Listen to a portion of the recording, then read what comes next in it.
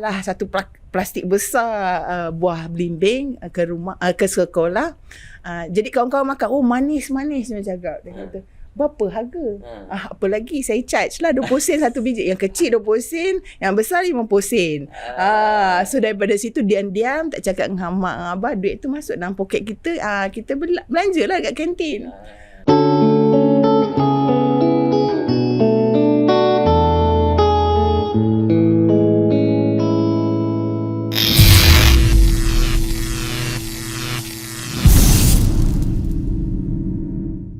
Assalamualaikum. Selamat datang ke siri terbaru tahun 2024 Recharge Usahawan. So kita mulakan podcast Recharge Usahawan ni tahun lepas, sekitar bulan 10, bulan 11 macam tu. So alhamdulillah kita dah beberapa episod, dan ini kira pembukaan tahun baru, dan seperti biasa hari ni saya ada tetamu istimewa. Selalu kita akan ada tetamu. Kita jemput rakan-rakan usahawan daripada berbagai industri. Dan hari ni juga saya ada tetamu yang istimewa, yang sangat faham tentang pembangunan usahawan. Dan saya rasa podcast kali ni kita mungkin boleh buat versi panjang sikit. Dia mungkin akan jadi macam ala-ala masterclass. Jadi selamat datang. Saya perkenalkan dulu Safura. Nanti saya minta Safura cerita sedikit tentang latar belakang dia. Jadi terima kasih. Selamat datang ke podcast Recharge Usahawan. Okay. Terima kasih El menjemput saya. Jadi seperti biasa dalam podcast ni kita akan tanya tentang pengalaman usahawan apa semualah. Tapi macam saya cakap tadi, mungkin podcast ni kita nak buat sedikit berbeza. Sebab saya sendiri kenal Safura, dan saya tahu latar belakang Safura dan juga apa yang you tengah buat sekarang, dan saya rasa benda ni amat penting untuk usahawan lah. Jadi kita nak kupas sedikit dan nak kongsi dengan kita punya audience, dan harapannya supaya awal-awal tahun ni kita bolehlah, biasalah usahawan awal tahun dia nak buat planning kan, sepatutnya hari tu bulan 10, bulan 11 tapi mungkin ada yang terlajak kan. Jadi mungkin akan boleh mulakan lah bulan 1 ni apa semua kan. Tapi sebelum tu mungkin Safura boleh perkenalkan diri dulu kepada audience kita. Silakan. Terima kasih El. So, Assalamualaikum. Saya Safura Atan. Saya merupakan peneraju kepada Strat Navigo Consulting PLT. Sebelum ini saya banyak berkecimpung dalam bidang pembangunan keusahawanan, bermula daripada kerjaya saya di pembangunan usahawan nasional PUNB, pembangunan usahawan nasional Berhad. Seterusnya saya bekerjasama dengan usahawan, dan saya masuk di unit peneraju agenda Bumiputera Teraju, yang telah memberi peluang kepada saya mencapai matlamat yang saya ingini bersama InScan. Jadi saya merupakan salah satu orang kata kaki tangan pertama kalau ada kad tu nombor 001 lah, staff 001 InScan 001 di Institut Keusahawanan Negara. Dan selepas itu saya bersama Center of Entrepreneur Development and Research di SME Bank. So nampak kalau korang dengar kan, dia punya background tu memang dalam pembangunan usahawan lah, pembangunan usahawan.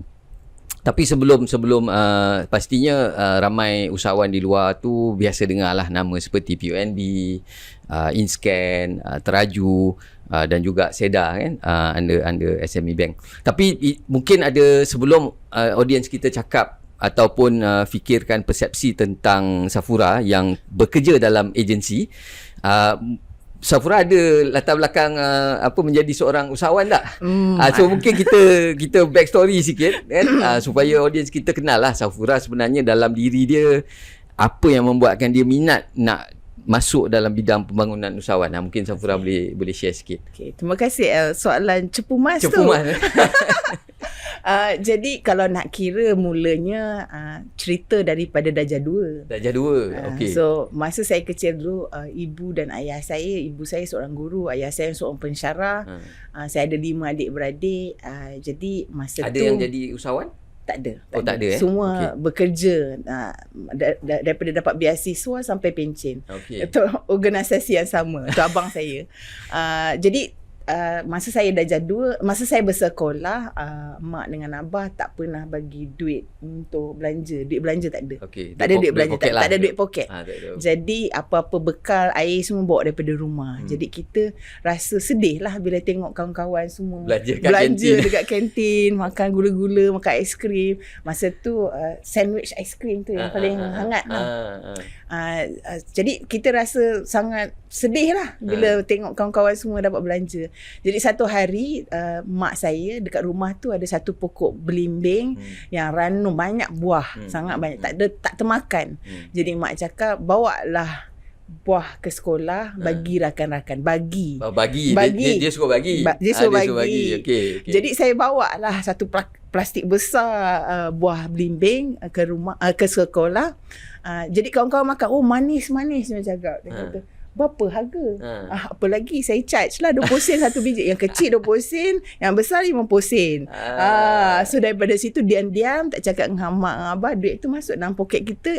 Kita belanja lah kat kantin. Daripada situ mula minat saya. Saya dapati bahawa sebenarnya kita boleh buat duit daripada sesuatu yang kita ada dalam tangan. Jadi itu bila saya dekat universiti dulu pun, saya study dekat UKM. Sebab abah pun masa tu dia bagi duit apa dalam poket je. Kalau kita kata, bah tak ada duit bang, dia keluarlah, kalau ada RM10, RM10 lah. Kalau nasib baik ada dah RM50 kan, kalau dekat dengan hari gaji kan. Jadi kita pun macam, saya tak suka nak minta duit sebab susah kan. Kita macam, jadi saya pun cakap, apa saya boleh buat? So saya memang pandai, kira mahir lah masak. Jadi saya masa tu duduk dekat Kamsis, masa tu dia panggil Kamsis kat UKM, kat flat, so boleh masak. Jadi setiap hari Jumaat tu ada, hari Khamis tu ada pasar tani. So saya belilah dan saya jual nasi lemak. So saya jual nasi lemak untuk menampung. Bukanlah nak kata abah tu kedekut, tapi just cara dia kan. Style dia lah. Style dia. Jadi saya belajar untuk berdikari, mendapat duit daripada apa kemahiran yang saya ada. Jadi itu berterusan lah sampai saya dewasa. So boleh masak lah. Boleh masak. So pernah buat menjahit. bisnes. Boleh menjahit juga. Boleh. So pernah buat bisnes. Pernah buat bisnes. Masak-masak. Pernah buat catering. Ada satu ketika masa saya pindah dekat mana saya tinggal sekarang, memang orang susah nak dapat kuih buka puasa. Jadi masa bulan puasa tu saya buka meja dekat depan rumah. Setiap hari Khamis nasi biryani. Kuih-kuih. Jadi masa tu tak ada WhatsApp. Jadi kita SMS, hari ni menu apa. So SMS kena bayar kan. Tapi alhamdulillah ramai datang, jiran-jiran. Ada juga kawan-kawan datang sampai jadi kes MBSA. Tak boleh meniaga depan rumah? Sebenarnya boleh kalau kita dalam rumah. Tapi ada jiran macam dia komplain orang datang tu dia park tak betul kan. So MBSA datang satu van. Takut nanti habis semua meja dia ambil kan. Tapi dia kata dia tanya buat kat kaki lima ke, tak memang dekat dalam rumah. So memang datang rumah. So dia pun membeli kat saya. Sebab dia tengok ikut peraturan kan, ikut peraturan. So dia pun so dia cakap nasihat lah, nasihat kawan-kawan yang datang tu pak betul-betul. Okay. Alright. So maksudnya adalah bibit-bibit menjadi atau menceburkan diri dalam bidang keusahawanan. Ada. Saya daripada awal podcast ni, saya berpeluang lah jumpa ramai usahawan, borak dengan diorang, tanyalah diorang punya experience apa semua kan. So kadang-kadang saya balik, saya pun reflect juga. Kat mana startnya saya punya pengalaman ataupun minat menjadi seorang usahawan ataupun belajar exchange ni lah kan, value exchange ni orang cakap kan, tukar something for cash, tukar something and butter apa semua kan. Dan saya teringat masa saya sekolah dulu, saya tak ingat darjah berapa lah, sekolah rendah. Tengok bila kawan bawa datang askar mainan. Okey. Hijau tu. Tak, yang lagi kecil, yang cantik. Yang dia memang yang ada banyak colour tu. Banyak colour. Cantik lah. So saya macam, yalah kita tak mampu nak beli kan, minta ayah pun tak dapat apa semua. Jadi saya selalu buat exchange, butter dengan apa yang saya ada. Saya exchange untuk nak dapatkan askar kan, supaya balik rumah boleh main kan. So saya belajar buat exchange lah. Dan saya ingat lagi masa sekolah menengah, ni belum sekolah menengah, sekolah menengah form 1. Saya nak pindah ke Terengganu. Dan saya masa tu minat basikal BMX lah. Saya beli Itu memang satu. trend lah masa tu. Masa tu ada keluar movie satu, E.T. Yes. E.T. kan? E.T. Flying Home. Even Home. Dia ada basikal BMX brand Kohara. Kohara. So saya ingat lagi, saya nak sangat basikal tu. Dan saya dapat tahu kawan saya nak jual. Dia nak jual frame saja. Dan saya beli. Saya ingat lagi, saya ajak parents saya masa tu nak berangkat pergi Terengganu tu. Pergi rumah dia dulu, bayar duit, kan, ambil frame tu, pergi ke Terengganu, kan, siapkan basikal tu apa semua. Dan basikal tu ada orang minat, dan saya buat lagi satu butter trade, kan, dengan another model lah. So itu bibit-bibit awal lah. So bila kita borak dengan usahawan ni, kita pun balik, kita terfikir balik, actually apa yang menyebabkan mencetuskan kita nak menjadi usahawan, ataupun nak menceburkan diri dalam bidang perniagaan apa semua, kan. So itu lebih kurang cerita Safura lah, kan. So bila so ada bibit-bibit nak menjadi seorang usahawan. So bila Safura masuk dalam agensi yang memang plannya adalah untuk pembangunan usahawan. So apa benda-benda yang mungkin Safura nampak ataupun discover, kan, bila masuk dalam dalam PUNB ke Teraju ke, apa benda-benda menarik yang Safura nampak ataupun discover, yang mungkin boleh bagi idea kepada usahawan. Kalau nak cerita setahun pun tak habis. Okey. So podcast kita setengah jam. Jadi kalau yang minat nak tahu versi panjang, nanti kat bawah video memang kita akan letakkan social media handle Safura. Jadi boleh komen dekat bawah, ataupun boleh contact terus lah, cakap nak dengar, kan. Jadi boleh minum kopi dengan Safura dan cerita versi panjang. Tapi hari ni kita condensekan sikit lah. Kita condensekan sikit. Ada beberapa pengalaman sangat menarik pada saya yang menyebabkan saya pun terfikir dan muhasabah diri lah. Sebab latar belakang saya sebenarnya dari segi pendidikan, saya seorang accountant. Accountant. Sama lah kita accountant. Pernah kerja audit firm dan sebagainya, kan. Jadi kerja saya yang pertama selepas saya memilih untuk bekerja ialah dengan Perbadan Usahawan Nasional Berhad, PUNB. Dan salah satu benda yang saya suka sebenarnya ialah berkongsi. Sebab pada saya, bila kita berkongsi pengetahuan dan pengalaman, kita pun belajar. Saya pun akan terus melekat kepada otak saya mengenai apa yang saya pelajari, apa saya alami. Jadi salah satu tugas saya di PUNB masa tu menjadi internal trainer. Jadi salah satu daripada kurikulum adalah pengurusan keuangan. Jadi ini subjek yang deep ni, kan. Subjek yang deep dan kering. Dan kering. Ramai usahawan dia tak berapa suka subjek. Betul. Dia nak duit banyak, dia nak buat bisnes dapat juta-juta, tapi tak nak jaga duit, tak nak rekod, kan, tak nak rekod. Pengurusan kewangan ni satu benda yang kita selalu terlepas pandang, sebagai usahawan. Walaupun saya sendiri belajar accounting pun banyak terlepas pandang. Betul. Jadi sebab saya pun jadi belajar accounting sebab saya nak bantu diri saya sebagai seorang usahawan, supaya saya memahami mengenai keuangan. Itu sebabnya saya ambil. Jadi salah satu tugas saya ialah menjadi trainer lah, internal trainer untuk PUNB. Jadi saya boleh cakap dengan penuh keyakinan bahawa bila orang datang kelas saya, 90% daripada mereka akan tidur. Dia akan tidur sebab kering. Tak best lah. Tak best. Jadi saya masa tu baru jadi trainer lah. Belum ada fancy punya style untuk supaya diorang pay attention apa semua, kan. Dan bayangkan bahawa mengambil saya lebih kurang 4 tahun untuk belajar, untuk dapat ijazah sebagai seorang accountant. Dan saya nak cuba ajar mereka dalam masa 2 hari. Kan? Banyak ilmu, tapi macam mana. So itu pada saya satu pengalaman yang membuat saya berfikir bahawa sebenarnya ada cara yang lebih baik. Ada cara yang lebih baik.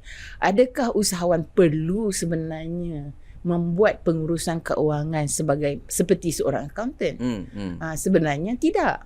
Okey, yang penting dia kena tahu yang dia perlu mendokumentasi pengurusan keuangan dia. Betul. Dan dia sebenarnya boleh mendapat orang lain untuk buat. Kita bayar mereka. Betul. Untuk kita boleh hire accountant, hire accountant, bookkeeper. Ambillah budak yang tengah buat diploma. Okay. Sekarang ni lagi bagus, ada banyak apps yang kita just masukkan data, Yang penting dokumentasi, maksudnya terutama sekali untuk audit, maksudnya untuk orang ketiga menyemak maklumat tu yang penting je. Itu sebabnya kita dokumentasikan benda tu supaya kita, tapi yalah, selain daripada dokumenkan benda tu, kita sebagai business owner pun mesti tahu baca lah.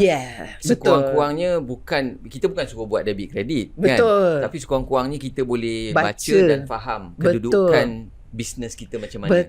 Betul. Tahun ke tahun, berapa banyak untung kita, berapa persen naik kan, kos kita terkawal ke tidak, adakah kita punya costing untuk kita punya produk dan services kan. Jadi itu sebenarnya as a business owner kita perlu tahu kan. Bukan je actual buat the pengurusan itself kan. Okay. Boleh baca, satu benda boleh baca, dan jangan tunggu hujung bulan. Jangan tunggu. Dan jangan tunggu audit. Jangan tunggu audit. Jangan tunggu hujung tahun. Jangan tunggu hujung tahun. Jangan tunggu hujung bulan. Sebenarnya setiap hari dah tahu berapa banyak duit yang masuk dan berapa banyak duit yang keluar. Okey, itu pada saya yang penting. Jadi kemahiran yang itu sebenarnya sepatutnya menjadi learning objective dia lah. Learning objective. Maksudnya kita tahu setiap hari apa dia cost kita, apa kita punya revenue, dan kita boleh bergerak ke hadapan dengan belanjawan yang lebih baik. Okey, jangan buat belanjawan tu hikayat hang tua. Hikayat hang tua maksudnya apa tau? Korang tak buat apa-apa lah. Maksudnya apa-apa. Kita je cakap 10% growth. Okay, bobo 10%. Tapi nak dapat 10% tu macam mana? Tak tahu. Wallahualam, bisawab. Okay. So itu saya suka kadang-kadang bila pergi visit kedai ataupun restoran apa semua kan, bila saya tengok business owner tu akan letak anak-anak dia dekat kaunter kan, untuk dia jaga kaunter, jaga till apa semua kan. Jadi baguslah dia orang ni dari usia yang muda diberikan exposure. Kan, untuk kira duit apa semua kan. Jadi kita sebagai usahawan pun kena ada mindset yang begitulah kan. So daripada situ so Safura nampak yang kebanyakan usahawan ni struggle. Kan. Dia tidur tu sebab dia tak boleh nak absorb lah kan. Yalah kita mungkin masa tu trainer yang baru apa semua kan. Pastinya makin lama Safura juga makin mahir lah untuk mengajar apa semua kan. Jadi selain daripada apa mungkin benda-benda yang Safura belajar ataupun discover yang membuatkan orang lebih minat nak tengok pada dia punya kewangan. Okey, jadi saya buat satu analogi lah, satu perumpamaan. Macam bayangkan bisnes kita ni macam naik kapal terbang. Okey, naik kapal terbang. Kita naik kapal terbang. Minyak ada banyak tu je. Perjalanan jauh. Okey, ada orang tu je dalam team kita, right? Jadi macam mana kita nak buat keputusan? Okey, kalau kita tak ada maklumat kan, kalau kita tengok kapal terbang tu kan, pilot tu kan, dia ada alat-alat, pelbagai alat dia, dashboard dia kan. Jadi dia nak buat keputusan, dia boleh buat keputusan pada masa yang tepat kerana maklumat sedia ada. Sama ada dia terpaksa pusing balik, land kat mana, apa yang benda-benda yang dia perlu lakukan, dia ada maklumat dekat dashboard tu. Ataupun tak perlu take off. Ya, ataupun tak boleh take off. Sebab dashboard tak display, tak berfungsi kan. So mungkin usahawan tu kadang-kadang kita kena tanya juga, boleh tak nak expand business kan? Ni awal tahun kan, boleh tak sebenarnya nak ambil staff baru? Nak take off. Boleh tak take off kan, berdasarkan maklumat yang kita ada data. So sekarang ramai orang cakap pasal data lah. Data is king kan. Data is king kan. So kita buat satu-satu keputusan tu berdasarkan maklumat yang ada pada masa tersebut. Dia tak boleh tak apalah Safura tunggu hujung bulan. Agak-agak Tak boleh. Dia kena, saya tahu hari ni sebab maklumat tu ada. Jadi sebagai seorang usahawan, kita kena fikir macam mana kita boleh ada satu sistem. Dia tak payah complicated. Dia ada sistem yang mudah yang boleh menyebabkan kita boleh buat keputusan berdasarkan kepada maklumat yang ada. Jangan ikut hari ni sakit perut lah. Jadi keputusan lain. Hari ni happy, keputusan okey labur. Tak dia pun tak payah sampai situ. Hari ni dia bad mood, dia tak buka kedai. Betul. Hari ni dia happy, dia buka kedai kan. Dia buka meja. Besok dia rasa kan semalam tak ada orang beli. Hari ni malas nak buka kan. Ataupun hari ni dia tengok social media, dia tengok kawan dia buat berniaga, dia tukar berniaga dia juga kan. So kita banyak terpengaruh lah. Jadi, sebab kita tak ada maklumat tu untuk menetapkan diri kita. Apa sebab kita buat keputusan tersebut. Okey. Kenapa kita ambil tindakan tersebut? Dia berdasarkan isi hati kita. Bukan berdasarkan maklumat. Maksudnya ada juga perlu isi hati kita. Intuition tu penting. Tapi dia perlu ada validation data. Okay, validation lah. So itu dua benda yang kita dah kongsikan tentang pentingnya kita buat perancangan kewangan dan juga kena ada data lah. Kena ada data. So awal-awal tahun ni bagus kalau tak sempat kumpul data, sepatutnya dah ada lah data nak buat audit kan. Tapi masa ni masa yang baik lah untuk kita start keluarkan data tu semua kan. Saya rasa data ni dia ibarat macam segumpul benang kan. Betul. Kalau benang tu macam terkumpul tersimpul semua, kita pun serabut, kita pun pening. Betul. Jadi kita kena huraikan, kita kena tarik dia sikit-sikit kan. Jadi sebenarnya itu bagusnya ada akaun. Cari makna. Cari makna daripada maklumat tersebut. Mungkin saya boleh kongsi satu lagi cerita. Satu lagi cerita mengenai perniagaan F&B lah. Ni F&B lah contohnya. So dia datang pada saya, dia kata dia perlukan bantuan dari saya nak lihat marketing dia lah, macam mana nak mengembangkan perniagaan dia. Ini berkaitan dengan data juga. Jadi saya minta kat dia pergi balik dekat restoran. Okey, cerita dekat saya. Apakah dia yang paling laku lah. Apa yang paling laku jual. Lepas tu dia cakap lah, ada sekian lah, katalah ABC. ABC ni yang paling laku lah dia cakap. So saya kata okey, minggu lepas jual berapa? Krik.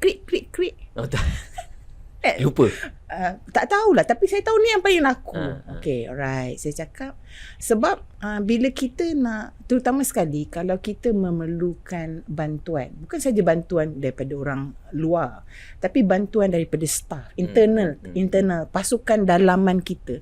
Kita kena ada data tersebut lah kan. Jadi bila kita nak fokus, contohnya saya kata apa puan buat, just pergi balik dekat kedai 1 minggu, okay, buat calculation, kira lah, duduk kat situ dekat kaunter tu kan, berapa yang order ABC, berapa yang order CDE, berapa. Jadi daripada situ you ada kepastian bahawa memang betul ini dijual dengan banyak. Betul. Okay. So ini yang laku. Ini yang laku. Kita boleh tengok berapa customer yang beli, berapa nilaian yang dapat, kan? Betul. Okay, so jadi itu pada saya again berbalik kepada maklumat. Jadi bila kita bercakap mengenai pengurusan keuangan, dia bukan just kecing-kecing duit tu berapa masuk, berapa untung, tapi juga maklumat siapa yang sebenarnya membeli. Okey. Berapa banyak yang dia bayar. Okey, dan daripada situ kita boleh kupas lagi siapa dia. Kan? Dan daripada situ kita boleh dapat maklumat mengenai, terutama sekali kalau perniagaan kita dah sedia wujud, kita boleh guna tu sebagai validasi perniagaan kita. Kita tahu inilah yang saya kena lakukan untuk dapat pasaran yang saya targetkan ni. Kan? Dan dia boleh kenal pasti juga siapa customer betul. Supaya dia boleh target dengan lebih clear. Kan? Kalau contohnya lah, kalau kawasan perumahan tu orang atas-atas sikit lah. Jadi tak takutlah kita nak naikkan harga, sebab orang macam tu dia nak rasa sedap dengan harga tu secondary. Okay? Dia sanggup bayar, kalau benda tu sedap. Okay, dia tak tanya pun harga. Baru kita boleh plan kan. Tempat kita boleh identify customer kita, kita boleh plan kita punya pricing kan. So dengan adanya maklumat-maklumat tadilah. Betul. So itu dari segi skop yang mikro lah, mikro lah sebagai seorang usahawan ataupun usahawan kecil apa semua kan. So pastinya macam kita juga pernah sembang sebelum ni, Safura duduk dalam agensi yang memberi ruang dan peluang kepada Safura juga untuk buat analisa tentang pembangunan usahawan dari peringkat yang lebih makro lah, makro kan. So kalau kita tengok national level kan, so mungkin boleh cerita sikit lah benda-benda yang Safura discover kan. Sebab ini mungkin benda yang tak ramai orang tahu, dan tak ramai orang berpeluang untuk akses kepada dokumen-dokumen atau pengalaman yang macam tu kan. Jadi mungkin juga kita dapat kongsikan dengan rakan-rakan usahawan di luar sana supaya ada konteks yang lebih besar. Kan? Baik. So nak kata dokumen tu tak ada akses, sebenarnya yang saya cakap ni sebenarnya accessible lah. Accessible lah. Okey. Yang accessible bagus. Nanti mungkin kita akan sediakan link juga. Okey, contohnya sebab salah satu daripada saya ambil MBA dululah. Jadi because saya nak mendalami pembangunan keusahawanan.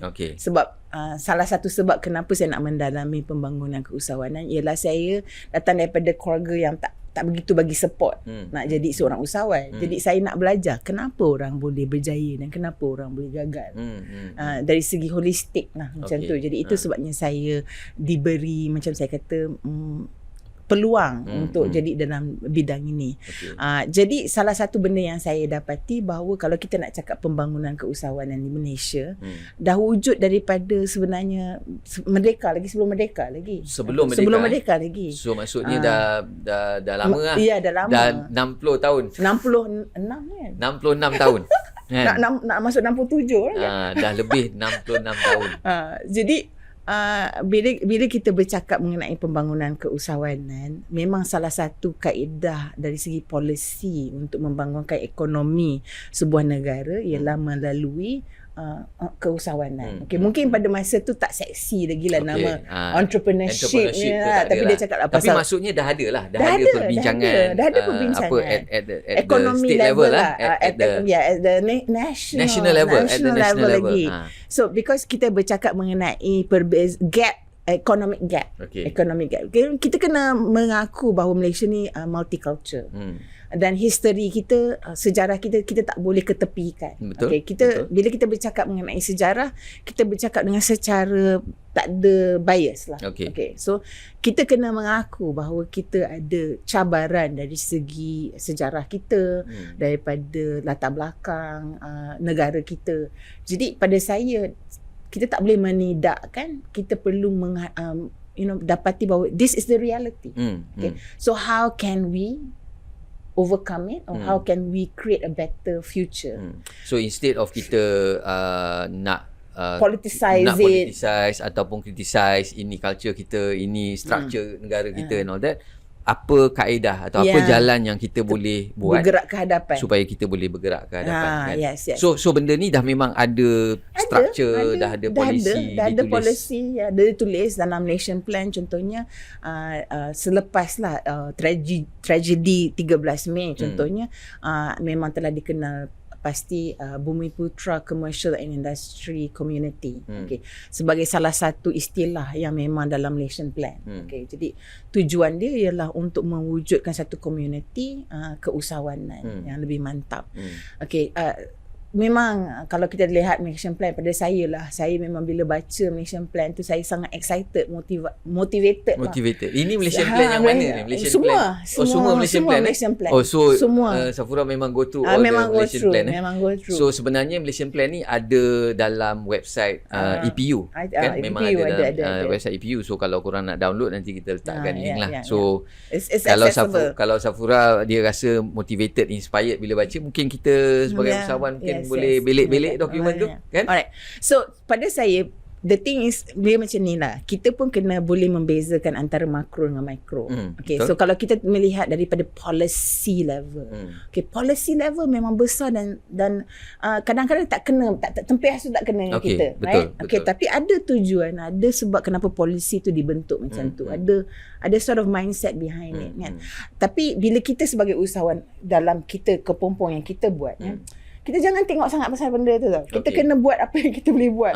Okey. Okay. Tu pada saya satu benda yang kita kena penting faham yang jugalah. faham juga lah Okey. kan. Okay. So dalam Malaysian Plan ada 5 perkara yang ditekankan lah pada awal-awalnya lah. Satu ialah access to market, maksudnya pasaran. Kedua, struktur, infrastruktur, jalan raya. Ketiga ialah kewangan, funding. And then keempat, policy. Maksudnya polisi yang membantu keusahawanan. Dan yang paling terakhir ialah training lah, learning and development. Learning and development. Learning and development. So kalau nak cakap kita tak buat, kita dah buat. Kalau nak cakap tak bagi duit, banyak. Banyak. Okay, banyak. Banyak daripada saya punya, kalau tak silap saya lah, betul kan saya kalau saya salah, 16,000 lebih, 16 bilion. 16 bilion. 16 Dari bilion. bila tu? Daripada 2000, kalau tak salah saya 2015, 2014 dah dalam entrepreneur development. Okey, dah di Maksudnya program-program lebih kurang Okey. dalam kalau tak silap saya lah. Jadi dah disuntik lah. Dah disuntik. 16 bilion 16 bilion dalam structure dalam structure. Jadi dalam 5 perkara. Dalam 5 perkara tadilah. Okey. Jadi pada saya bila kita melihat apa problem statement dia, problem statement dia ialah masih lagi banyak di kawasan, kalau kita kata SME, micro dan small, banyak lagi kat situ. Tak ada anjakan yang clear daripada small and micro kepada large MNC JLC. Okey. Memang normal sebenarnya, normal. Dia bukannya satu benda yang luar biasa. Banyak negara menghadapi isu ini juga. Banyak SME memang 80-90% adalah micro. Micro, right? small business lah. Ya. Tapi cabaran dia lah kenapa tiada anjakan ataupun impak. Sebab kita banyak bubuh 5 perkara tersebut, terutama sekali dana, kan, Yes. dana. Jadi persoalan yang saya tanya pada diri saya sendiri ialah apa yang menyebabkan dia tak menjadi. Bukanlah nak mencari salah, tapi nak cari solusi. Maksudnya how can we make it better. Satu contoh yang saya nak bagilah, dan ni dalam perbincangan mereka dalam pembangunan keusahawanan secara policy level lah. Satu program yang ramai orang mungkin tak tahulah, terutama sekali orang sekarang kan. I mean, kita cakap mengenai Felda sebagai satu contoh. Dia merupakan daripada Razak Plan kan. Razak Plan, Perdana Menteri kita dulu kan, dia bercakap mengenai sebenarnya dia adalah titik permulaan apa kita panggil vendor program, vendor development program, yang mana seorang anchor akan memberi aset. Okay, sama ada terus ataupun dengan pinjaman. Okay, tanah, infrastruktur, maybe dana untuk membangunkan sesuatu untuk membantu supply chain. Okay, itu sebenarnya Razak Plan lah. Okay, vendor dia bagi dan kita bagi, tengok sekarang pun dah ada lah industri yang berjaya. Betul. Vendor development punya program lah apa semua kan. Vendor development program. Jadi the thing is Korea, dalam sejarah dan ni pernah dibincangkan oleh profesor yang saya pernah kita bercakap mengenai nak buat research mengenai perkara ni kan, bahawa negara Korea, South Korea sebenarnya datang di Malaysia pada tahun 1960-an untuk belajar mengenai Razak Plan. Okay, kenapa? Sebab mereka pun macam Malaysia pada masa itu nak membangunkan ekonomi mereka. Dia pun baru lepas perang, semua orang baru lepas perang, ada famine dan sebagainya. Jadi mereka nak tengoklah Razak Plan dan apa yang mereka buat. Sebenarnya mereka telah ambil idea Razak Plan ni dan telah adapt dengan ekonomi Korea, yang mana mereka create this big brother concept. So you ada all these big companies macam Samsung, Hyundai dan sebagainya diberi kemudahan untuk membangunkan supply chain dia. Okay. So that means Korea belajar daripada Malaysia lah. Ya. So sekarang ni kita terbalik lah sikit kan. Mungkin kita suka annyeong haseyo. Kita suka Korea kan. Kita tengok sekarang kalau 20 tahun dulu tak ada restoran-restoran Korea apa semua kan, tapi sekarang dengan restoran Koreanya, usahawan kita pun jual kimchi dengan K-popnya kan. Jadi benda tu dah kita nampak sendiri macam mana Korea bangunkan dia punya ekonomi berganding dengan elemen-elemen lain seperti culture, music, entertainment, dia punya Korean drama apa semua kan. So jadi ini mungkin hasil daripada satu usaha yang kolektif lah. Ya, usaha yang kolektif. Effort. Apa yang diorang juga belajar daripada Malaysia. Belajar daripada Malaysia. You know, again itu sebabnya pada saya lah, bila saya belajar mengenai perkara-perkara macam ni, saya lihat daripada konteks. Kita kena ada konteks. Sebab apa benda program yang kita nak ambil daripada orang lain, ataupun kita nak ambil daripada orang lain, kita tak boleh ambil bulat-bulat. Okay? Sebab cara dia buat, cara dia olah, ada konteks yang berbeza daripada kita. Jadi kita perlu berfikir, apa yang kita boleh guna pakai, apa yang kita tak boleh guna pakai. Kalau kita tak boleh guna pakai, kenapa? Kenapa kita tak boleh guna pakai? Apa yang menyebabkan benda ni tak boleh diguna pakai? Bukannya kita just tolak mentah-mentah ataupun terima bulat-bulat. Okay? So itu pada saya benda yang penting, bukan sahaja dari segi policy level. Sebagai seorang usahawan pun, sebagai seorang usahawan, kalau kita ada orang yang menasihati kita, mentor kita dan sebagainya, which is sangat-sangat bagus. Okay? Cuma kita kena guna CPU kita ni lah. Kita punya CPU sendiri lah. CPU sendiri ni lah, Central Processing Unit kita Allah dah bagi kan. Jadi kita kena kata, okay, bagus apa dia cakap, okay, I nak pakai. Tapi apa yang I boleh pakai? Kenapa I pakai sekarang? Kenapa I tak boleh pakai? Jadi dia tak boleh just, buat ikut je, akan berjaya. InsyaAllah, kalau memang parameter bagus, kalau memang ngam-ngam, berjaya. Tapi kemungkinan untuk gagal tu juga tinggi. Sebab dia mungkin berjaya, mentor ke coach ke sifu guru kan, dia mungkin berjaya untuk dia punya bisnes. Betul. Tapi model yang dia pakai tak semestinya 100% sesuai dengan, mungkin ada elemen-elemen yang contohnya berasas, fundamental. Contohnya market segmentation. Okay, itu asas lah. You kena tahu market segmentation you. Tapi cuma market segmentation you, adakah is the right one? Adakah yang betul untuk bisnes tuan-puan ataupun kadang-kadang tidak? Itu pun kita tak tahu. Betul. Tak payah tunggu ada coach lah. Itu kalau kita tak tahu, coach pun tak boleh tolong kan. Betul. Tapi okay, kalau kita zoom in a bit more lah. Sekarang ni mungkin kalau dulu kita tak nampak secara terang yang sekarang ni banyak program-program yang dilakukan, baik daripada agensi dan juga daripada sudut private lah, daripada individu atau kumpulan-kumpulan tertentu yang ingin membantu. Betul. Kan? Niatnya ingin membantu kan, memberikan kaedah, model dan macam-macam lagi lah untuk pembangunan usahawan.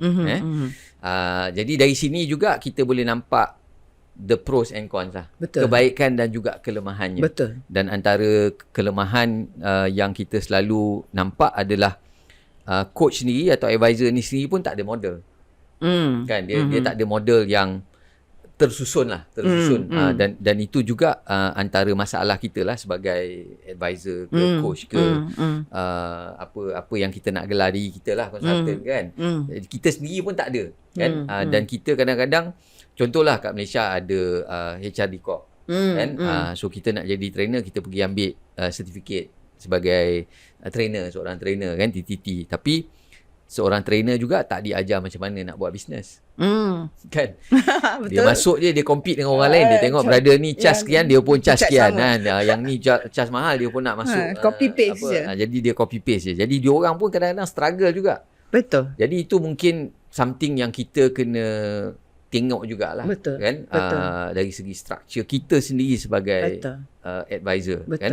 Betul. Dan itu juga satu area yang Safura ada peluang lah untuk explore kan, dari seawal bersama InScan, kemudian SME Bank apa semua kan. Betul. Mungkin Safura boleh kongsi sikit lah kan, apa yang Safura discover jumpa kan, terpakai kan, ada. Tak ada tak ada selalu intentional lah. Dia bukan terjumpa kan, dia memang cari sebab rasa ada problem. Betul. Okay, so bila kita bercakap mengenai ini, jadi saya balik kepada bila saya bersama dengan InScan lah. Sebenarnya masa saya di InScan tu memang saya yang secara sukarela nak masuk dalam InScan, jadi staff InScan 001 macam tu.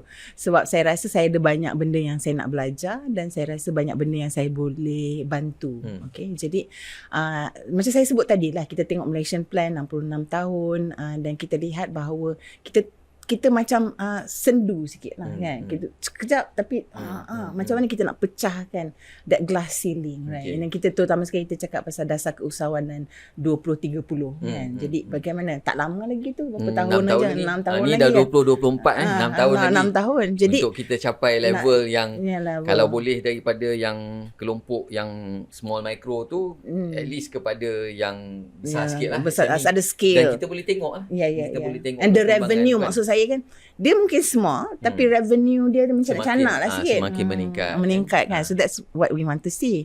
Jadi pada saya bila saya lihat dari segi masa saya dekat InScan dan kita buat pelbagai lab dan perjumpaan dengan usahawan, dengan NGO, dengan agensi, dan lihat kan, dan kita dapati bahawa ada gap lah. So gap dia apa? Gap dia tak ada I would say proper ada tapi tak mencukupi lah hand holding kan.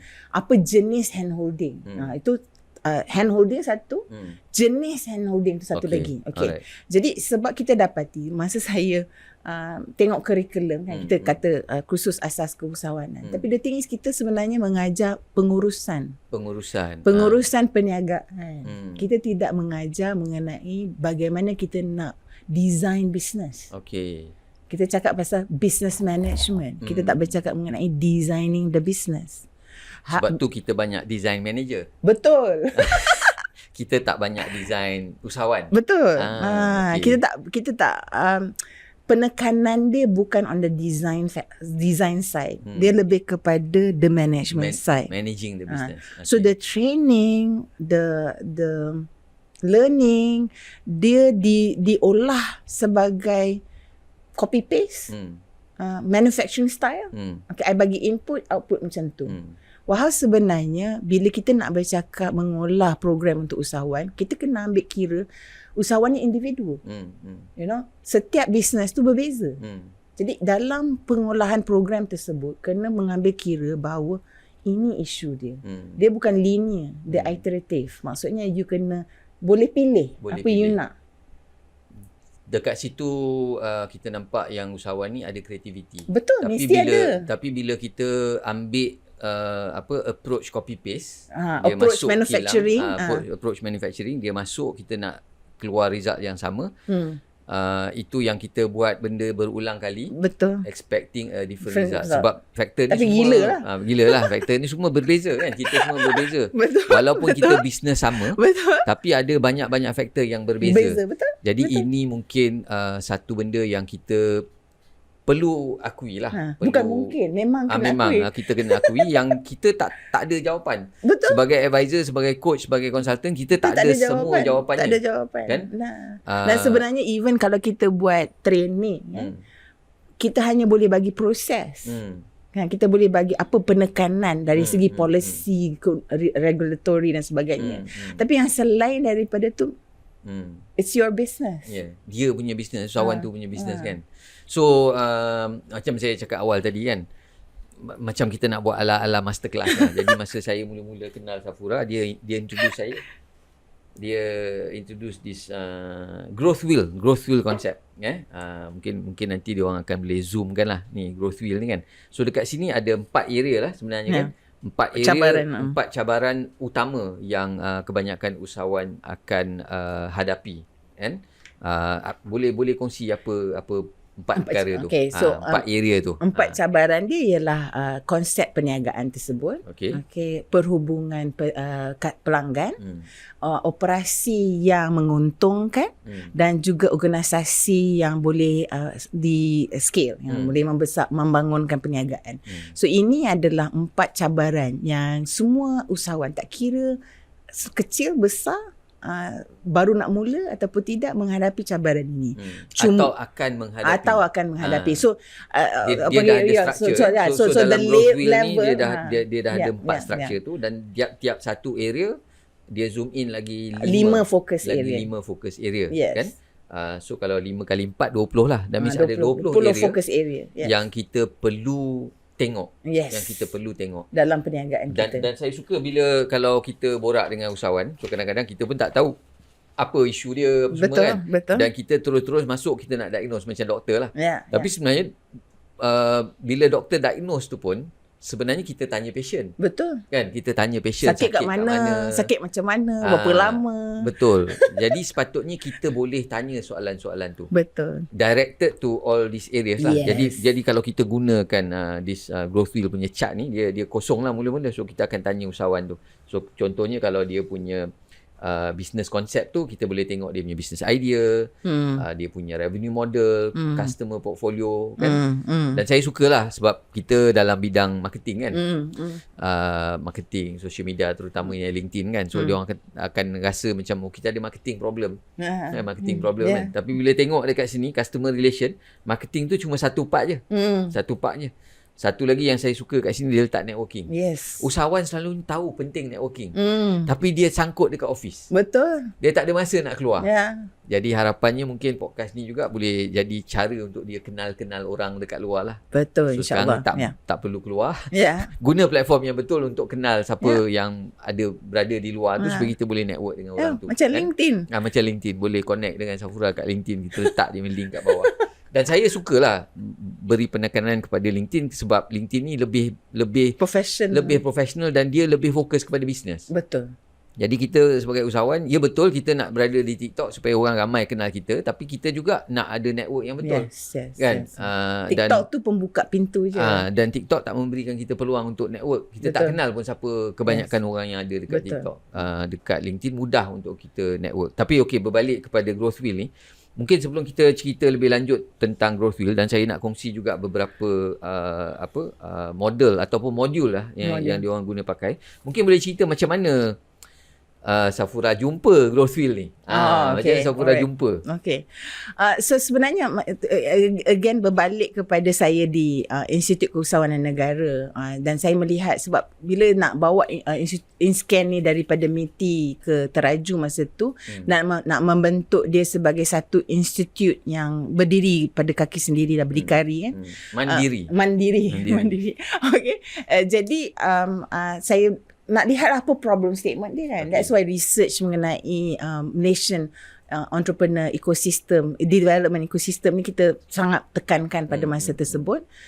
Jadi saya dapati bahawa satu benda yang kita tak ada ialah satu institut yang macam sebut tadi lah, certify the hand holders, orang yang memegang tangan-tangan usahawan ni dengan kriteria yang disebut tadi oleh Al lah, bahawa it's about you usahawan. I hanya sebagai orang yang bagi some sort of guide. Maybe how you make decisions, bagaimana kita buat keputusan dan bagaimana kita mengambil tindakan. Itu sangat penting. Kalau kita berborak saja tapi tak ada keputusan, tak ada tindakan, tak ada arah tuju, tak ada action plan, so dia jadi minum kopi nice conversation, right? So borak-borak je lah jadi kan. So borak-borak je, tak ada pelan tindakan. Jadi satu pada saya masa tu ialah untuk mengadakan orang-orang yang macam tu. Okay. Jadi ada 3 perkara lah kalau saya kata, people, proses dengan platform. Okay, so 3 perkara itu. So people memilih orang-orang yang accredited lah. Okay, accredited sebagai business coaches, or business advisors. Menekankan perspektif yang saya sebut tadi lah, bahawa they are more like a coach rather than a mentor. Okay. So Kalau mentor pun coach like mentor. Itu nombor satu. Kedua, proses. Sebab proses tu kena standard to some extent. Why? Remember, it's iterative. Dia tak linear. And then after that you boleh berpatah-patah balik. So proses yang unik. Proses yang unik. Dia tak boleh proses yang macam factory kan. Tak boleh factory. Dia mesti unik. Dia boleh ambil kira creativity, ambil kira, tapi pada masa yang sama proses yang standard dengan bahasa yang sama. Supaya kita juga tak confusekan orang. Betul. Satu, kita sebagai advisor pun tak confuse. Betul. Dan betul. kita tak confusekan lagi usahawan ni lah. Sebab kalau dengan orang ni kita cakap sedikit berbeza, dengan orang ni pun kita cakap sedikit berbeza, dan kita tak ada framework yang standard. Betul. So that means saya buat framework saya sendiri. Betul. Safura buat framework Safura sendiri, dan kita tengok benda ni memang lepas banyak lah kat market. banding-bandingkan kan, I punya lagi bagus. I dekat market lagi lama kan. Safura baru baru newbie kan. Dia tak terror. Jadi kita letak stigma yang macam tu pula. Betul. Jadi kita antara coaches ni pun bergaduh. Bergaduh kan. Semua masing-masing lagi bagus. Bergaduh manja lah. Bergaduh manja lah kan. Aku tak suka kau, tak suka aku kan. Tapi sepatutnya kita fokus kepada usahawan, komuniti usahawan, sebab yang akan membantu untuk menaikkan ekonomi secara keseluruhan bukan kita saja sebagai advisor, tapi juga usahawan tadi. Kalau usahawan tu tak berjaya, dan kita tengoklah based on statistics, adalah kejayaan, tapi bukan yang kita nak lah. Yang kita nak supaya kita boleh lebih berdaya saing. Trajectory dia yang kita nak hoki, macam kita nak hoki stick lah sikit kan. Hoki stick sikit. Kalau buat bukan selalu pun at least ada lah kan. Janganlah macam melandai kan, menurun pula tu kan. Sampai yang tak ada terus. Jadi so people process. And then so terutama sekali zaman teknologi ni kan, kalau kita nak 10x lah, 10x kan, kita nak scale. Maksudnya kita semua sukalah 10x. 10x kan. So kita nak 10x kita sukalah. Kita nak extraordinary organisasi yang boleh 10x kan. So definitely kena ada platform. Definitely kena ada platform. Jadi pada masa tersebut saya tengah mencarilah platform, dan saya cakap ada platform tak? Jadi saya ni saya tak berapa suka dengan ada Safura, Wir lah, tak ada lah, tak payah. Tak suka lah I mean kalau terpaksa kita buat. Mungkin lah. Kalau tak ada. Kalau tak ada lah. Kalau tak ada dan kita akan create lah. Maksud saya idea you saya carilah. So saya cari Google. Tak ada ke kat Malaysia? Kat Malaysia tak ada. Tak ada yang macam mana yang saya rasa boleh 10x kan lah. Pada masa tu lah. Saya tak tahu lah sekarang. Tapi pada masa tu saya mencari, saya tak jumpa lah pada masa tu, tapi saya jumpa daripada Australia ada, daripada UK ada, dan kemudian daripada masa tu seorang rakan introduce saya lah kepada Growthwheel ni. So Growthwheel ni sebenarnya dah pernah datang Malaysia sebelum saya kenal mereka. Sebelum saya kenal mereka, dia dah buat program dengan satu agensi sebelum tu kan. Tapi adalah cabaran dia because masa tu fee dia agak mahal lah. Jadi tapi saya suka. Saya sangat suka dengan platform ini. Kenapa? Sebab tak bias memang tak bias. Sebab dia kenapa yang mereka yang membangunkan platform ni adalah seorang usahawan. Dia sendiri adalah seorang usahawan. Nama dia David Maddy daripada Denmark. Dan dia telah membangunkan platform ini sebab dia memang background IT untuk membantu usahawan. Sebab dia memang banyak didapat permintaan untuk dia membantu usahawan. Tapi dia pun kata macam mana nak bantu usahawan kalau kita tak ada tools. Jadi apa yang dia buat, dia telah crowdsource tools daripada consultant, trainer usahawan, educator, dan dia ada lebih kurang dalam macam Jazura tunjuk tadi kan, 20 focus area. 20 focus area tu semua ada pelbagai tool yang boleh digunakan oleh advisor membantu usahawan. Supaya kita juga menjadi lebih objektif. Objektif. So kita tak bawa diri kita. Macam saya seorang accountant, kalau saya jumpa usahawan, kalau dulu-dulu saya akan kata tunjukkan saya penyata keuangan. Macam mana? So sekarang kita Safura dah nampak benda tu. So katalah kalau Safura boleh ghostan balik buat kelas perancangan keuangan tadi, menggunakan tool, mungkin format dia akan berbeza. Betul? Sangat berbeza. So mungkin boleh kongsi sikit apa yang mungkin kita akan nampak perbezaan tu, kan? Okay. Supaya kita boleh kenal pasti dan kita boleh ambil tindakan. Sebab at the end of the day, action tu lah, kan? Betul. Tapi kalau kita pun tak clear, betul. lepas minum kopi 3 jam, balik kita tak tahu apa nak buat pun. Best cakap je. Best borak je. El ni bagus lah, pandai bercakap. Itu je lah. Kan? Tapi tak ada hasil untuk bisnes aku lah, kan? So apa satu bezanya benda, yang Safura berani buat sekarang? Okay. So salah satu daripada, macam sebut tadi lah, El dah tunjuk kan, one of the things yang kita buat mula-mula ialah kita buat assessment. So assessment tu bukan berdasarkan kepada apa saya sebagai business advisor fikir pasal you punya business. Tapi tuan-puan sebagai usahawan, you sendiri beritahu apa yang you rasa business you macam mana. You rate. So dia sendiri yang akan tengok, kita usahawan akan rate okay, ini area. So dia yang agak kat mana aku. So dia akan dapat macam ni lah. Dia macam radar macam tu lah, spider web. Macam ni lah. So kat mana yang dia rasa dia kuat, yang mana dia perlu baiki. Yes. Kan? So dia tahu. Okay. So ini permulaan perbincangan. Maksudnya dia tak perfect. Bukannya right or wrong. Dia persepsi dia. Jadi sebagai seorang advisor, kita kena tanya, kenapa you bagi rate macam tu? Okay. Dan kita tanya, atas semua 20 tu, you nak fokus mana dalam masa 3 bulan ni? Why 3 bulan? Sebab that's sekarang you boleh buat. So 3 bulan you nak buat apa? Saya pun suka dia ada, memang itu sebagai standard lah, kan? Sebab dia macam kita kena ada plan tindakan lah. So 30, 60, 90 hari. So dia memang ada tracking sheet, kan? Yes, ada tracking sheet. 3, 6, 9 kan? 30, 60, 90 hari. So apa fokus area yang kita nak buat? Apa keputusan yang nak dia ambil, apa tindakan yang nak buat. Orang yang bertanggungjawab. Kan? Bila. Kemudian juga ada notes kat sini, dan dia ada juga ambition, lah. ada scoreboard, ada macam-macam lah. Kan? So that's why saya suka growth wheel ni, sebab macam ada proses, tapi proses tu mengikut keperluan kita sebagai usahawan. Yes. Okay. So jadi contohnya tadi, salah satu fokus dia kata, saya nak tahulah saya ni untung ke tidak. Saya untung ke tidak, kan? Macam mana nak kira keuntungan. Jadi salah satu tu yang kita bagi sebagai business advisor, itu kita ada. Itu dekat belah operations lah. So dekat belah operations kan. Financials. Financials. Okay. So kita ada decision sheet yang memang telah direka daripada crowdsourcing tool tadi, kan. Dia tunjuk lah. Contohnya macam mana you nak kira you punya keuntungan. Jadi kalaulah saya sepatutnya buat training tu sekarang, saya tak buat lagi kira-kira saya dekat atas papan putih tu. Saya bagi je dia orang ni. Jom kita kira you punya business. So masing-masing kira masing-masing punya. So dia sendiri akan dapat reflect.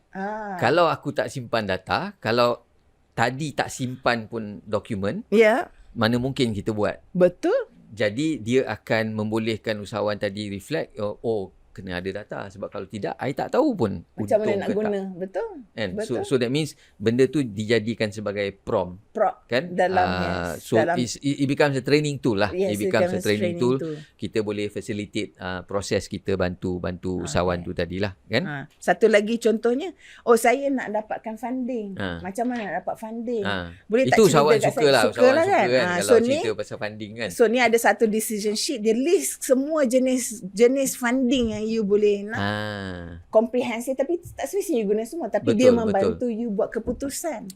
Apa keputusan yang you nak kena buat, apa tindakan nak kena ambil. Kita boleh tengok lah dari segi, kalau kat sini dia ada type of financing dia ada self financing, that means kita buat duit sendiri daripada family, friends and fools. Kemudian credit card, bank, factoring, personal mortgage, that means kita mortgage yang kita punya asset.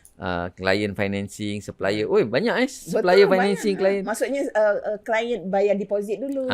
So fundraising pun ada kat dalam ni, kan. So ini antara benda-benda yang kita boleh. Jadi bila kita ada clarity ataupun kita ada benda-benda ni untuk kita fikirkan, lebih mudah kita buat keputusan. Kan, kita ready dekat mana. Sebab tak semua orang ready untuk funding yang besar. Betul. Mungkin dia perlukan grant permulaan. Tapi lepas tu apa? Kan? Yes. Jadi bila kita ada sheet yang macam ni, dia membuatkan keputusan kita lebih objektif lah dan lebih mudah. Sebab you tak payah nak fikir, oh kat mana. Cuba bagi list kat mana kan. Otak ni dia sebenarnya otot. Otak ni sebenarnya otot. Kalau kita guna banyak, kita pun penat. Kita penat kan. So ini antara satu lah decision sheet yang kita connectkan dengan financial tadi kan. Jadi dekat ni baru satu lah. So tiap-tiap ni ada banyak lah kan. Dia cover walaupun 20 area, tapi bawah 20 area tu ada pecahan-pecahan ada at least 3 hingga 5 tools boleh pakai untuk membantu usahawan membuat keputusan dan mengambil tindakan. That's the catchphrase, membuat keputusan, mengambil tindakan. Sebab hanya dengan tindakan saja kalau kita boleh dapat result lah, outcome yang kita nak kan. So platform so ini yang dimaksudkan platform lah. Yes. So dia ada satu structure. Dan juga sekarang ini juga ada dia punya IT support kan. Dia ada IT support. So that means benda-benda ni juga kita boleh dapatkan dalam dia punya sistem. Tapi cuma saya cakap lah, dia masih lagi fleksibel. Masih lagi fleksibel, maksudnya kita boleh guna platform tu dari segi masukkan semua maklumat. Sebab kalau kita masukkan maklumat dalam platform tersebut, secara sendirinya you nak minta pinjaman daripada pembiayaan daripada mana-mana, FDI contohnya, you tak payah nak buat apa, you print je terus boleh bagi. That means kita seolah-olah masukkan kita punya maklumat macam Facebook, macam LinkedIn. Macam LinkedIn lah. So kalau you nak I punya profile, you pergi dekat situ, CV you print out, kan? You print out CV you. Yang ni you nak dapatkan pembiayaan, nak bercakap dengan stakeholder, you print out aja you punya company profile. You tak payah nak buat lain. Sebab dalam tu kita dah isikan semua kan? Tentang maklumat kita, kita punya business, kita punya staff. So detail semua kita dah masukkan.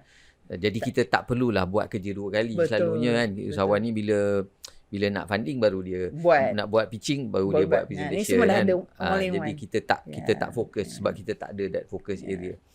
Tapi satu bila saya tengok kan, benda ni nampak sophisticated lah kan. Jadi separuh orang dia suka sophisticated, separuh orang dia intimidated kan. Dia bila tengok kan, ada graf-graf macam ni, ada banyak komponen, kemudian macam pening lah nanti, baca pula in English kan. Kita pun tak berapa faham kan. Jadi itu juga masalah. Jadi macam mana kita nak tangani masalah ni, dan adakah masalah ni unik kepada Malaysia ataupun Bumiputera? Bila dia tengok kan English kan, aku baca English pun tak berapa faham, macam mana aku nak pakai benda ni kan. Tak relevan kepada dia rasa tak relevan. Tak relevan lah kepada saya. Alright. So sebenarnya dia macam ni. Growth Wheel ni dia sebenarnya ditujukan kepada business advisor. Dia merupakan platform yang kedua-dua dia bantu business advisor dan usahawan, tapi dia lebih kepada business advisor supaya kita menjadi business advisor yang lebih mantap. Boleh ada proses, boleh ada kebolehan, dan ada platform. Right. Sebab kita tak boleh nak bagi semua benda dekat usahawan sekali ngap. Kan dia kata dia macam nak buat PhD pula dia kan. pun tak boleh betul juga kan. Jadi ini platform ni lebih ditujukan kepada business advisor. Alright. Yang boleh diguna pakai oleh usahawan tu cerita lain lah. So nanti usahawan lepas ni bila kita dah create awareness macam tu lah, korang carilah business advisor yang ada benda-benda ni kan. Contohnya kat Malaysia ada berapa orang yang certified untuk guna certified ada quite a few, tapi masih lagi ada 4 orang. Ada 4 orang So ada 4 orang saja di Malaysia. Nanti kita perkenalkan juga nanti Safura perkenalkan rakan-rakan dia. Jadi sebenarnya kami pun nak meramaikan lagi lah. Nak meramaikan. So itu tujuannya jugalah kita buat podcast ni. Selain daripada share dengan kawan-kawan di luar sana, juga mencari advisor kan. Safura nak mencari advisor atau minat nak jadi advisor. Supaya korang pun sebagai advisor terarah juga, termasuklah aku kan. Sebab tu kita borak dengan Safura kan. So kita pun nak terarah juga sebab kita tak nak jadikan benda tu nanti bisnes tu orang tu pun tak jadi, dia marah kita, kita pun cakap tapi kau tak buat. Kita pun, jadi ini membolehkan kita ada satu benda yang objektif. Okay. Kan? Kita sama-sama setuju yang ini plan tindakan yang kita kena ambil. So satu lagi maksudnya dia menjurus lebih kepada business advisor. Kedua, dia boleh pakai hard copy, maksudnya kita just berbual dan guna decision sheets tersebut dan tak go online pun boleh. Nak go online pun boleh. Tapi bahasa ada dalam bahasa Melayu. Ada dalam bahasa Malaysia. Ada. Alhamdulillah. Kita dah translate even ada artikel yang dah sediakan 21 artikel pun kami dah terjemahkan dalam bahasa Malaysia. Alright. Boleh saya ni so ni macam buku lah kan? Buku lah. Macam guide advisor bila dia cakap pasal marketing, bolehlah share artikel mengenai. Jadi dia tak payahlah bagi the whole book, bagi satu-satu. Dia tak perlulah buat artikel sendiri. Sini ada The Art of Selling kan. So kalau kita buat, contoh saya buat kelas sales, bolehlah cerita The Art of Selling kan. Jadi tak payahlah nak reka-reka, nak ambil daripada sumber-sumber lain, campur dengan AI lagi kan. Kemudian nak buat model. 100 cara untuk market your company. 26 cara nak buat getting duit. Things done. Ada 26 cara nak buat duit. Professional business process. Best tajuk-tajuk dia ni. Kan?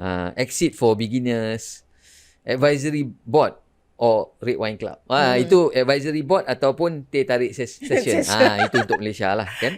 So ini pun dah memang ada kan. Memang ada. Translate juga dalam bahasa Melayu. So kita pun dah banyak lah bercakap ni kan. Just to give context lah.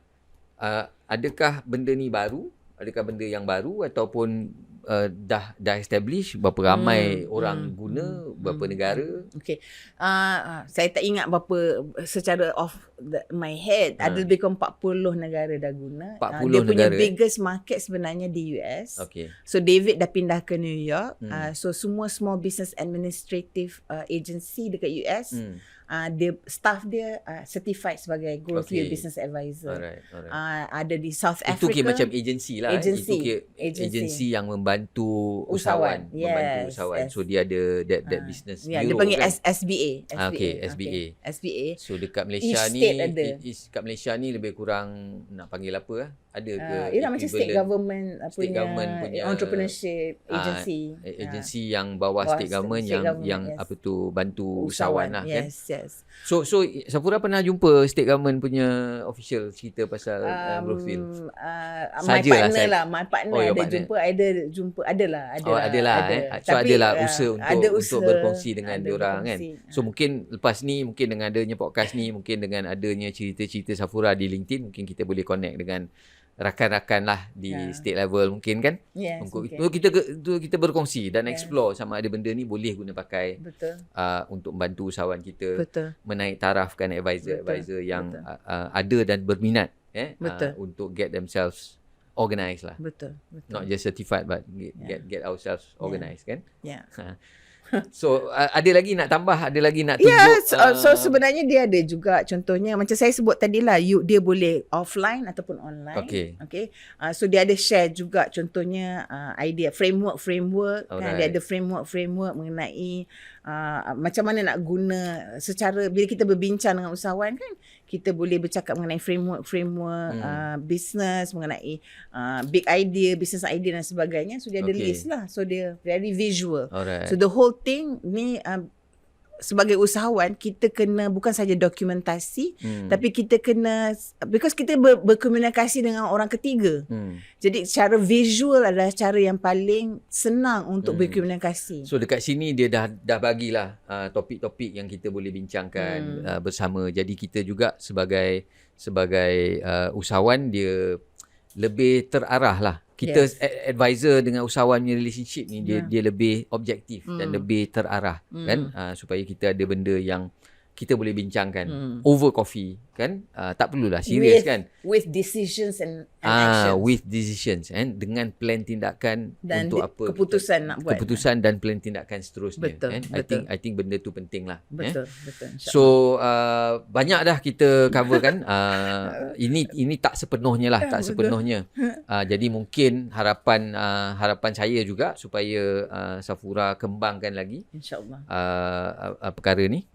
Benda ni saya rasa sangat bantulah even untuk diri saya sebagai seorang advisor atau coach atau consultant kan. Jadi benda yang structure macam ni sangat diperlukan even untuk saya nak bagi advice kepada klien kan. Betul.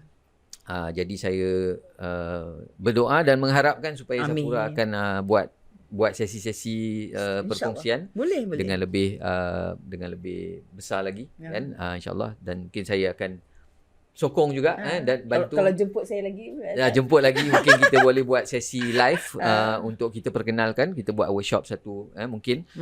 Kalau korang nak, mungkin korang boleh komen juga. Jadi saya nampaklah ada interest kan, kalau ada orang nak barulah kita buat kan. Betul. Jadi korang sebagai audience yang mungkin dapat menyokong kami, bagi tahulah sama ada korang nak ke tak benda ni kan, dan kita boleh buat keputusan, plan tindakan dan keputusan nak buat ke tak buat kan. So ini pun salah ada satu cara juga kita buat. Ini pun salah satu cara juga ya. Betul. So saya rasa cukup untuk hari ini. Mungkin sepatah dua kata daripada Safura untuk mengakhiri podcast kita yang sedikit berbentuk masterclass hari ini kan. So terima kasih Safura kerana sanggup datang meluangkan masa dan berkongsi benda yang you punya secret weapon lah juga kan. So ramai usahawan ataupun ramai advisor dia tak nak share dia punya secret weapon kan. So dia nak simpan sendiri kan, takut orang lain ambil. Tapi ini dia konsep dia lain kan. So growth wheeling memang dia nak create more business advisors kan, supaya kita buat benda terarah lah. Betul, kan? Terurus kan. Terarah.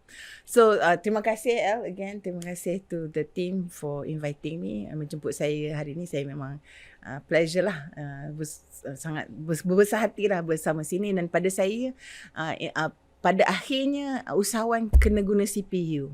Okay, mula dengan apa yang kita ada. Pada saya memang seronok kalau kita dapat bantuan daripada orang luar. Tapi yang penting tu kita kena tanya diri kita sendiri ataupun orang support system sokongan yang kita, apa yang kita boleh dapat dahulu. Bila kita bermula macam tu, dia lebih mampan dan lestari dibandingkan kalau kita buat dengan harapan bantuan daripada luar. Jadi saya nak usahawan untuk berfikir apa benda yang perlu saya lakukan untuk saya boleh mengembangkan perniagaan saya dengan lebih mampan dan lestari. Dapat bantuan tu kira boleh lonjak lah, tapi betul, you kena maintain lah. You kena maintain. Dan macam saya sebut lah, you pay peanuts, you get monkeys. Yes. Jadi again pada saya isu pasal training ni, dia kata mahal. Again itu keputusan kita nak ambil ataupun tidak. Kita kena tahu ROI kita. Jadi itu pada saya gunalah CPU. Betul kan. So kita kena nilaikan sendirilah. Kita buat keputusan supaya kita boleh buat keputusan yang baik lah. Kita pun selalu cakap nothing good is cheap. Kan? Cheap does not necessarily mean quality. Lah kan. So kita pun kena boleh fikirlah, kena boleh fikir. Jadi terima kasih sekali lagi kepada Safura kerana sudi memberikan perkongsian yang saya rasa begitu mantap hari ini. So saya akan letakkan link kepada Safura punya social handle dan juga mungkin beberapa link untuk perkenalkan Growth Wheel dan terima kasih kepada anda semua yang memberi sokongan kepada kami beberapa bulan ni.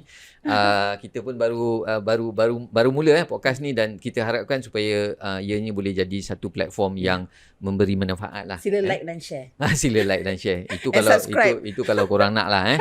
You have the freedom. Tapi kalau ada orang lain yang you boleh bantu, rasa boleh bermanfaat, dapat manfaat daripada. So boleh share lah dengan diorang. So terima kasih sekali lagi. So kita jumpa siri seterusnya dalam podcast Recharge Usahawan. Assalamualaikum. Assalamualaikum.